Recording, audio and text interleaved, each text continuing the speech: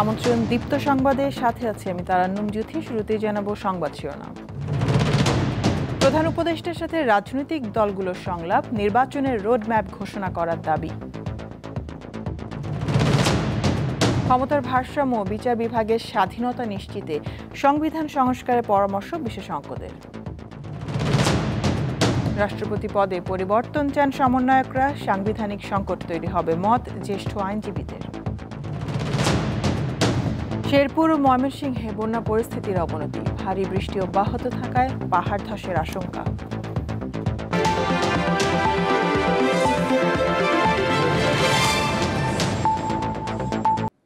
নির্বাচন আয়োজন করা অন্তর্বর্তী সরকারের প্রধান অগ্রাধিকার। সংলাপে বিএনপি আবারও নির্বাচনের রোডম্যাপ চাইলে প্রধান উপদেষ্টা ডক্টর মোহাম্মদ ইউনূস একথা জানান। সরকারের কাছে সংস্কার ও নির্বাচন নিয়ে দুটি রোডম্যাপ চেয়েছে জামায়াতে ইসলামী। এছাড়া অন্যান্য রাজনৈতিক দল বিভিন্ন দাবি দাওয়া ও পরামর্শ দিয়েছে অন্তর্বর্তী সরকারকে। রাষ্ট্রের সংস্কার কাজ শুরুর আগে তৃতীয় দফায় রাজনৈতিক দলগুলোর সঙ্গে সংলাপ করল অন্তর্বর্তী সরকার। শনিবার দুপুরে রাষ্ট্রীয় অতিথি ভবন যমুনায় শুরু হয় এ সংলাপ। শুরুতেই প্রধান উপদেষ্টা ডক্টর মোহাম্মদ ইউনূস বিএনপির সঙ্গে আলোচনায় বসেন। 1 ঘণ্টার সংলাপে দলটির 6 সদস্য অংশ নেন। পরে বিএনপি মহাসচিব জানান, প্রশাসন ও বিচার বিভাগের সংস্কার, গত 15 বছরে দলটির নেতাকর্মীদের বিরুদ্ধে দায়ের করা মিথ্যা মামলা প্রত্যাহার ও সাবেক প্রধানমন্ত্রী শেখ হাসিনা ভারতে বসে যাতে ষড়যন্ত্র করতে না পারে তার ব্যবস্থা নেওয়া সহ বিভিন্ন দাবি তুলে ধরা হয়েছে। তবে গুরুত্ব পায় আগামীর জাতীয় নির্বাচন। নির্বাচন কমিশনার নিয়োগ আইন স্থগিত করে প্রধান রাজনৈতিক দলসমূহ ঐক্যমতের ভিত্তিতে অনতিবিলম্বে নির্বাচন কমিশন গঠন করতে হবে এবং আমরা একটা রোড ম্যাপ দিতে পারি। নির্বাচন কমিশন কবে নির্বাচন হবে সেই আমরা একটা রোড ম্যাপ দিতে পারি। নির্বাচন অনুষ্ঠান তাদের 1 নম্বর প্রায়োরিটি। উনি ফিডব্যাক কি দিয়েছেন স্যার আপনাদের এই দাবির ব্যাপারে? উনি বলেছেন যে এটা 1 নম্বর প্রায়োরিটি, অত্যন্ত সহৃদয়তার সঙ্গে তারা দেখছেন। এরপর প্রধান উপদেষ্টার সঙ্গে সংলাপে বসে জামায়াতে ইসলামী বাংলাদেশের একটি প্রতিনিধি দল। জামায়াতের পক্ষ থেকেও বেশ কিছু দাবি তুলে ধরা হয়, তবে তাঁরাও সংস্কার ও নির্বাচনের উপর জোর দেন। আমরা আশা করছি এই বর্তমান অন্তর্বর্তীকালীন যে সরকার আছে তারা কোনো ধরনের পক্ষ বিপক্ষের মানসিকতা না নিয়ে বরঞ্চ নিরপেক্ষ দৃষ্টিকোণ থেকে তারা দেশকে একটা ভালো জায়গায় নিয়ে একটা সুষ্ঠু নির্বাচন তারা দিতে সক্ষম হবেন। পরে নাগরিক ঐক্য ও গণসংহতি আন্দোলনের নেতারা প্রধান উপদেষ্টার সঙ্গে সংলাপে অংশ নেন। এছাড়া সিপিবি ও বাম গণতান্ত্রিক জোটের নেতারাও আলোচনায় বসেন। আগে যে সরকার ছিল তাকে গণঅভ্যুত্থানের মধ্য দিয়ে বিদায় করা হয়েছে। এই কারণে তারা জনগণকে উদ্বিগ্ন করে রেখেছিল। দেশটা কিভাবে চলবে, কোথায় থাকবে এবং কি করেছিল জানেন?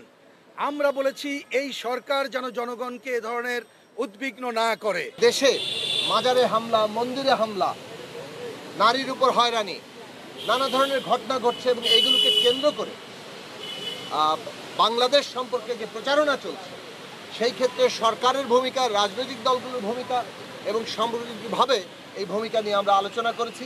অত্যন্ত ইতিবাচক আলোচনা হয়েছে।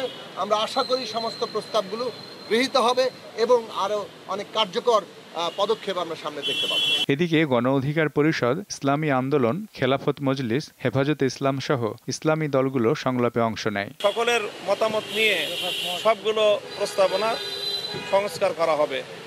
একেবারে সংবিধান থেকে শুরু করে রাজনৈতিক ব্যবস্থাপনা, শিক্ষা, অন্যান্য যেই কমিশনগুলো গঠন করা হয়েছে প্রতিটি কমিশনকে এইভাবে আমাদের সকলের সাথে পরামর্শের মাধ্যমে মিটিং করে তারপরে প্রস্তাবনা চূড়ান্ত করবে, এই ব্যাপারে আশ্বস্ত করেছেন আমাদেরকে। পরে ফরেন সার্ভিস একাডেমিতে সংলাপের বিষয়ে ব্রিফ করেন প্রধান উপদেষ্টার প্রেস সচিব। পলিটিক্যাল পার্টির এদের সাথে যে একটা কনসেনসাসে আসবে, যে মিনিমাম কনসেনসাস কতটুকু, যে মিনিমাম রিফর্ম বা এই রিফর্মের ব্যাপারে একটা কনসেনসাস আসবে। এই কনসেনসাসের উপর নির্ভর করবে হচ্ছে যে টাইম লাইনটা। তিনি জানান, আগামীতে আবারও অংশীজনদের সঙ্গে সংলাপ করবে অন্তর্বর্তী সরকার। মিজানুর রহমান, দীপ্ত সংবাদ, ঢাকা। ত্রয়োদশ সংশোধনী বাতিল করলে তত্ত্বাবধায়ক সরকার ব্যবস্থা ফিরে আসবে, তবে সেক্ষেত্রে বিচার বিভাগ ও রাষ্ট্রপতিকে জড়ানো ঠিক হবে না বলে মত দিয়েছেন অবসরপ্রাপ্ত বিচারপতি এম এ মতিন। রাষ্ট্রপতি ও প্রধানমন্ত্রীর ক্ষমতার ভারসাম্য আনা ও বিচার বিভাগের স্বাধীনতার উপর জোর দিয়ে সংবিধান সংস্কারের আহ্বান জানান বক্তারা। শনিবার ভয়েস অফ রিফর্ম আয়োজিত এক অনুষ্ঠানে তারা এসব কথা বলেন। শনিবার রাজধানীর আন্তর্জাতিক মাতৃভাষা ইনস্টিটিউটে ভয়েস অফ রিফর্মের ব্যানারে দিনভর আলোচনার আয়োজন করা হয়। মোট 4 সেশনের এই আয়োজনে সবশেষ বিষয় ছিল সংবিধান সংস্কার প্রসঙ্গ। ক্ষমতার ভারসাম্য রক্ষা, জবাবদিহিতা ও গণতন্ত্রায়ন নিশ্চিত করতে সংবিধানের কি বিষয়ে সংস্কার দরকার তা তুলে ধরেন আলোচকরা। আমাদের এটা পূর্বাবস্থায় চলে যাবে, তবে এর মধ্যে আপনার কিছু মডিফিকেশন করতে হবে, যেমন প্রেসিডেন্ট এবং জুডিশিয়ারি এর বাদ দিয়ে আপনি এটা নতুন ব্যবস্থা করতে হবে। খুবই আশার কথা যে আমাদের এখন সংবিধান নিয়ে প্রচুর ডিবেট হচ্ছে এবং ডিবেটটা এই পর্যায়ে খেয়াল করবেন, 6টা কমিশন হয়েছে, এর মধ্যে কনস্টিটিউশন রিফর্ম কমিশনটা এখন ঘোষণা করা যায়নি। আমি ধারণা করি এর কারণ হচ্ছে এই কমিশনে কারা থাকবেন না থাকবে এটা এখন সিদ্ধান্ত নেওয়া। সেশনে গণমাধ্যম সংস্কার বিষয়ে আলোচনা অনুষ্ঠিত হয়। বক্তারা বলেন, সংখ্যায় গণমাধ্যম বাড়লেও বিশ্বাসযোগ্যতা হারিয়েছে। এছাড়া সরকার নিয়ন্ত্রণের চেষ্টা, দক্ষতার অভাব, বেশিরভাগ গণমাধ্যমে নীতিমালা না থাকা মিডিয়ার জনবান্ধব হয়ে ওঠার পথে বাধা। অল্প সংখ্যক জায়গায় এটা আছে যে রিটেল পলিসি, যে যার মধ্যে সমস্ত কিছু থাকবে, মিডিয়া কিভাবে কাজ করে, কিভাবে একজন লোককে নেয়, কিভাবে ছাঁটাই করে, তার নিয়ম কি, প্রশিক্ষণের নিয়ম কি। সরকারের নিয়ন্ত্রণ, একেবারে সরকারের নিয়ন্ত্রণ মুক্ত হওয়া এবং এই নিয়ন্ত্রণ মুক্ত হতে পারলে আপনার রেগুলেটরি অথরিটি সেটাকে কার্যকর সংবাদপত্র স্বাধীনতাকে নিশ্চিত করার জন্য ভূমিকা রাখতে পারে। বাজারে কিন্তু বিজ্ঞাপনের বাজার, আমি বিজ্ঞাপন শিল্পের সাথে কাজ করি, 4000 কোটি টাকা বাংলাদেশে, তার মধ্যে 2000 কোটি টাকা এখন ইউটিউব আর ফেসবুক। রেটের দিকে তাকান, পৃথিবীতে লোয়েস্ট রেটে টেলিভিশনে 1 মিনিট কেনা যায় বাংলাদেশে। এর আগে সকালে 2টি সেশন অনুষ্ঠিত হয়। এতে দ্রব্যমূল্যের লাগামহীন ঊর্ধ্বগতি, সংকট ও সমাধানের উপায় এবং আইন ও জনগণের প্রতি পুলিশের আনুগত্য কেন জরুরি তা নিয়ে আলোচনা করা হয়। প্রশ্ন হলো যে এই কষ্টে মাহমুদ শাওন, দীপ্ত সংবাদ, ঢাকা। রাষ্ট্রপতি পদে পরিবর্তনের দাবি তুলেছেন বৈষম্য বিরোধী ছাত্র আন্দোলনের নেতারা। তাদের মতে ফ্যাসিস্ট শেখ হাসিনা মনোনীত রাষ্ট্রপতি বহাল থাকা হুমকি। তবে আইনজীবীরা বলছেন, সংসদ বহাল না থাকায় নতুন রাষ্ট্রপতি মনোনয়নে সাংবিধানিক সংকট তৈরি হবে, আর পদত্যাগ করলে রাষ্ট্রপতির দায়িত্ব যাবে স্পিকার বা ডেপুটি স্পিকারের কাছে। বৈষম্য বিরোধী ছাত্র আন্দোলন রূপ নেয় সরকার পতন আন্দোলনে। এই আন্দোলনে যুক্ত হন সাধারণ জনতাও। এক পর্যায়ে গত 5 আগস্ট পতন হয় শেখ হাসিনা সরকারের। এরপর ছাত্রদের আন্দোলনের মুখে প্রধান বিচারপতি সহ আপিল বিভাগের অন্য 5 বিচারপতি পদত্যাগ করেন। পর্যায়ক্রমে বিভিন্ন শিক্ষা প্রতিষ্ঠান ও দপ্তরের কর্মকর্তারা পদত্যাগ করতে বাধ্য হন। পদত্যাগ করেন স্পিকার, আর ডেপুটি স্পিকারকে গ্রেপ্তার করা হয়েছে। এবার রাষ্ট্রপতির পদত্যাগের দাবি জানিয়েছেন কয়েকজন সমন্বয়ক। যুক্তি হিসেবে সমন্বয়করা বলছেন, ফ্যাসিস্ট সরকারের নমুনা হিসেবে রাষ্ট্রপতিকে দেখতে চান না তারা। পদত্যাগ চেয়েছি বা অপসারণ চেয়েছি, কারণ হচ্ছে আমরা মনে করি যে এই ফ্যাসিবাদ বিরোধী যে বিপ্লব হয়েছে, সেই বিপ্লবের পরে ফ্যাসিবাদের চিহ্ন হিসেবে কেউ বঙ্গভবনে থাকুক, সেটা আমরা চাই না। সরকারকে উপায় বের করতে হবে, সংবিধান বিশেষজ্ঞদের কাছ থেকে পরামর্শ নিতে পারে কিভাবে রাষ্ট্রপতিকে অপসারণ করে নতুন রাষ্ট্রপতি সকলের কাছে গ্রহণযোগ্য একজন রাষ্ট্রপতি নিয়োগ দেওয়া যেতে পারে। আইনজীবীরা বলছেন, রাষ্ট্রপতির পদত্যাগ যে কোনো উপায়েই সম্ভব, কিন্তু নতুন রাষ্ট্রপতি নির্বাচন করা সম্ভব নয়, কারণ সংসদ বহাল নেই। ভলান্টারি পদত্যাগ করেন, তবে সেই ক্ষেত্রে সাংবিধানিক একটা শূন্যতা সৃষ্টি হচ্ছে। সেই ক্ষেত্রে who will be the next president? নতুন কাউকে প্রেসিডেন্ট হতে হলে তাকে একটা পার্লামেন্ট থাকতে হবে, পার্লামেন্টের মাধ্যমেই তাকে প্রেসিডেন্ট হতে হবে। যারা বিগত দিনে পার্লামেন্ট মেম্বার ছিলেন না, তাদের বাইরে আজকের দিনে নতুন কাউকে প্রেসিডেন্ট করাটা, এটা সংবিধান সাপোর্ট করে না। তিনি বলেন, সংবিধানের বাইরে গিয়ে তৃতীয় কোনো ব্যক্তিকে রাষ্ট্রপতি পদে বসানোর সুযোগ নেই নতুন সংসদ ছাড়া। আইন ধরে নিচ্ছে বা কনস্টিটিউশন ধরে নিচ্ছে যে তিনি পদত্যাগ হওয়া সত্ত্বেও কিংবা পার্লামেন্ট ডিসলভ হওয়ার সত্ত্বেও যখন পার্লামেন্ট হবে নতুন, ততদিন পর্যন্ত তিনি স্পিকার হিসেবে গণ্য হবেন। সুতরাং আজকে যদি রাষ্ট্রপতি যদি পদত্যাগ করেন, কাঙ্ক্ষিত কাউকে এখন রাষ্ট্রপতি পদে অধিষ্ঠিত করা যাবে না, কনস্টিটিউশন সেটাকে সাপোর্ট করে না। এবং এই ক্ষেত্রে রাষ্ট্রপতির সমস্ত ক্ষমতার স্পিকারের কাছে চলে যাবে, স্পিকারের অ্যাবসেন্সে ডেপুটি স্পিকারের কাছে চলে যাবে। তবে রাষ্ট্রপতির বিষয়ে সরকারের পক্ষ থেকে কোনো বক্তব্য আসেনি, তাই বিষয়টি সরকারের সিদ্ধান্তের উপর নির্ভর করছে বলে মনে করছেন সংশ্লিষ্টরা। আজিজুল ইসলাম, দীপ্ত সংবাদ, ঢাকা।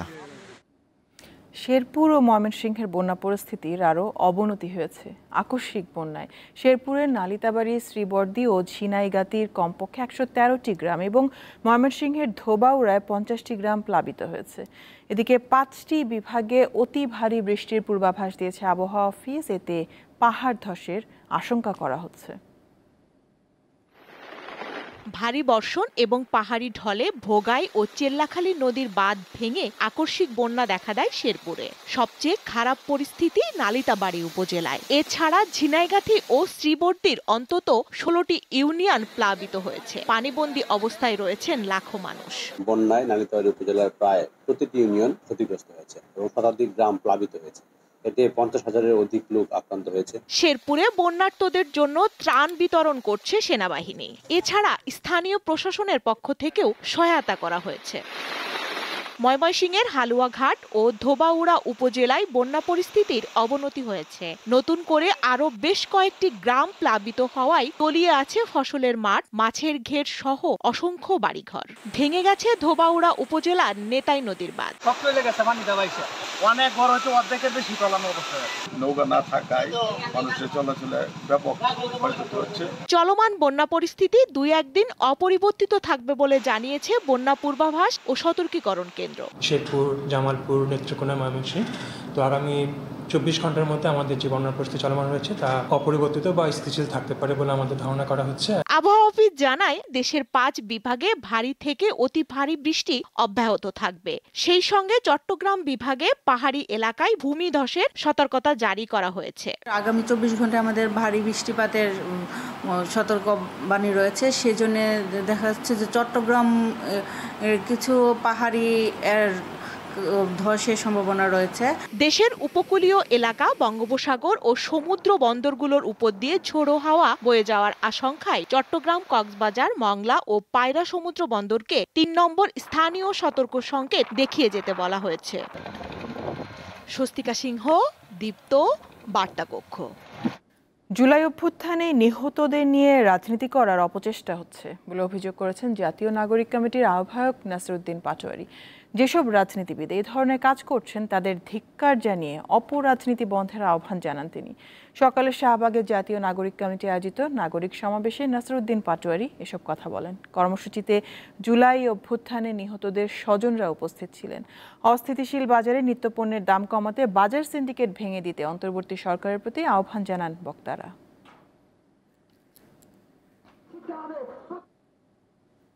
মামলা হলেই গ্রেপ্তার নয়, তদন্তে দোষী সাব্যস্ত হলে আইনি ব্যবস্থা নেওয়া হবে বলে জানিয়েছেন স্বরাষ্ট্র উপদেষ্টা জাহাঙ্গীর আলম চৌধুরী। শনিবার রাজধানীর উত্তরায় এপিবিএন সদর দপ্তরে এপিবিএন স্কুল অ্যান্ড কলেজের শহীদ মীর মুগ্ধর স্মরণ সভা, মিলাদ মাহফিল, স্কাউটার শহীদ মীর মুগ্ধ ভবন এবং এপিবিএন স্কুল অ্যান্ড কলেজের প্রবেশ তোরণ উদ্বোধনকালে তিনি এসব কথা বলেন।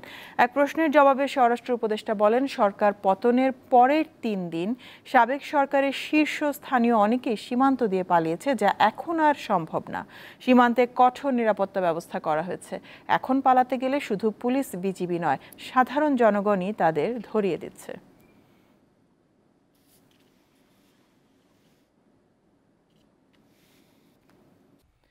অসাম্প্রদায়িক বাংলাদেশে শারদীয় দুর্গোৎসব উদযাপনের সবাইকে এগিয়ে আসার আহ্বান জানিয়েছেন সেনাপ্রধান জেনারেল ওয়াকারুজ্জামান। শনিবার রাজধানী ঢাকেশ্বরী মন্দিরে দুর্গাপূজা উদযাপন উপলক্ষে নিরাপত্তা ব্যবস্থা পরিদর্শন শেষে তিনি এই আহ্বান জানান। সেনাপ্রধান বলেন, অন্তর্বর্তী সরকারের নির্দেশনা অনুযায়ী বাংলাদেশ সেনাবাহিনী আইনশৃঙ্খলা পরিস্থিতি নিয়ন্ত্রণে রাখতে যথাযথ ব্যবস্থা নিয়েছে। তিনি আরও বলেন, জেলায় জেলায় পূজা মণ্ডপে নিরাপত্তা নিশ্চিতে সেনাবাহিনী তৎপর রয়েছে। এ সময় তিনি উপস্থিত মহানগর সর্বজনীন পূজা কমিটি এবং বাংলাদেশ পূজা উদযাপন পরিষদের সভাপতি ও অন্যান্যদের সাথে মতবিনিময় করেন।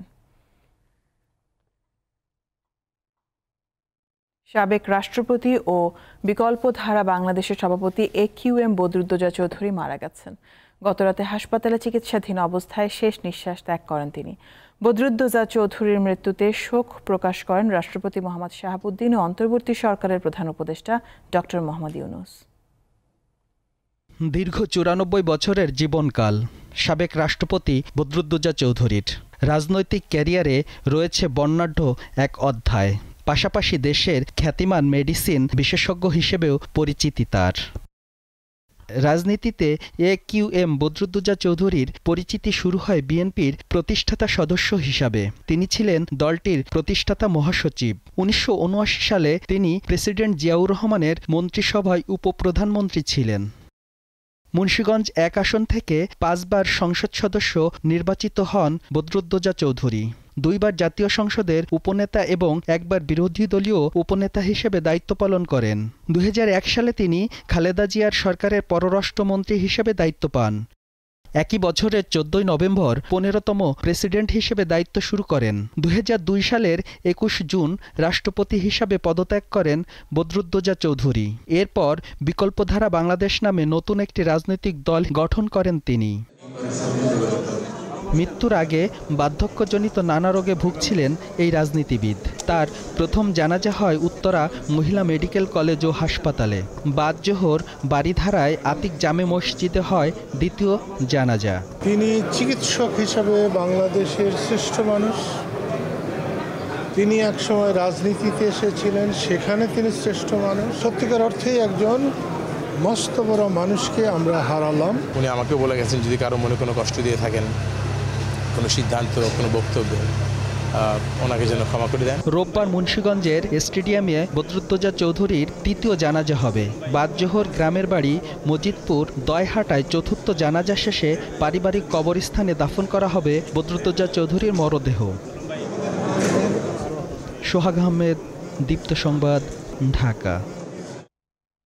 ভারতের ছত্তিশগড় রাজ্যে নিরাপত্তা বাহিনীর সদস্যদের গুলিতে 36 জন মাওবাদী নিহত হয়েছে।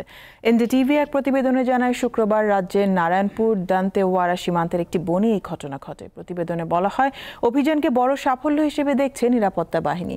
জেলা রিজার্ভ গার্ড DRGO বিশেষ টাস্ক ফোর্স STF বৃহস্পতিবারের দান্তেওয়াড়া সীমান্তে মাওবাদী বিরোধী অভিযান শুরু করে। পরে শুক্রবার দুপুরে মাওবাদীদের সাথে সম্মুখ যুদ্ধ শুরু হয়।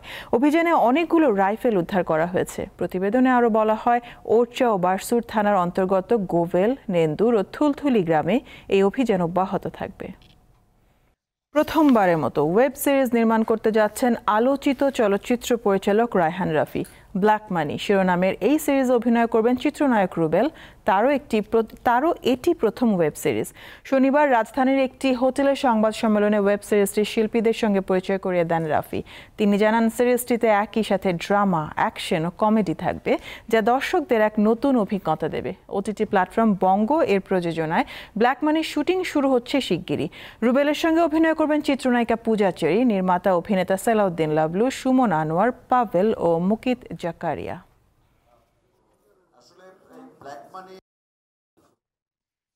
শেষ করব দীপ্ত সংবাদ শিরোনামগুলো জানাবো আরো একবার। প্রধান উপদেষ্টার সাথে রাজনৈতিক দলগুলোর সংলাপ, নির্বাচনের রোড ম্যাপ ঘোষণার দাবি। ক্ষমতার ভারসাম্য বিচার বিভাগের স্বাধীনতা নিশ্চিতে সংবিধান সংস্কারের পরামর্শ বিশেষজ্ঞদের। রাষ্ট্রপতি পদে পরিবর্তন চান সমন্বয়করা, সাংবিধানিক সংকট তৈরি হবে মত জ্যেষ্ঠ আইনজীবীদের। শেরপুর ও ময়মনসিংহে বন্যা পরিস্থিতির অবনতি, ভারী বৃষ্টি অব্যাহত থাকায় পাহাড় ধসের আশঙ্কা। এই ছিল এখনকার মতন। আমি তারান্নুম জুথি বিদায় নিচ্ছি। দর্শক আরও তথ্য বিনোদনের সংবাদ জানতে যুক্ত থাকুন দীপ্ত টিভির ডিজিটাল প্ল্যাটফর্মগুলোতে। ধন্যবাদ সবাইকে।